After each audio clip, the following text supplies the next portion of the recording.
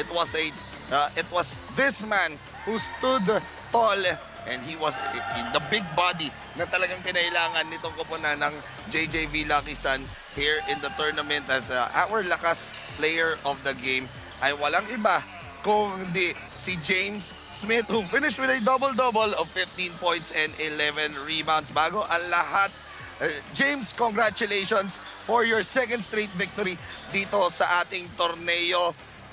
Kamusta ngayon yung adjustment mo dahil hindi ka nga nakapaglaro in your first game dito sa ating torneo, pero in the last 2 games, you have been a big factor para sa dalawang panalo nitong JJV Lucky Suns.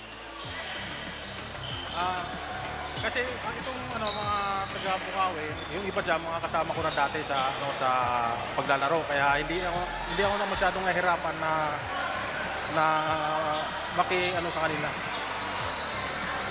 Hindi ka naman nahirapan dito sa mga kampi mo, pero boss, baka may gusto kayo tanong kay James. Grabe yung pinakita mo ngayon, Speed, yung lakas mo, di ba? Pinakita mo yung masasabi natin na bakulaw sa loob, di ba? Ano ba, kinain mo ngayong araw na to at ready ka para sa team ni Mayor John Villanueva at ni Boss D. Henry Alcantara. Yun. Ano raw yung kinain mo, James, ngayong araw na to para makapagpakita ka ng ganito para sa koponan ni Mayor John at saka ni Boss D. Hindi, lang talaga. Talagang nagtiwala lang talaga sa akin mga kasama ko. Saka nagtrabaho lahat, kaya yan, nakuha namin ang panalo.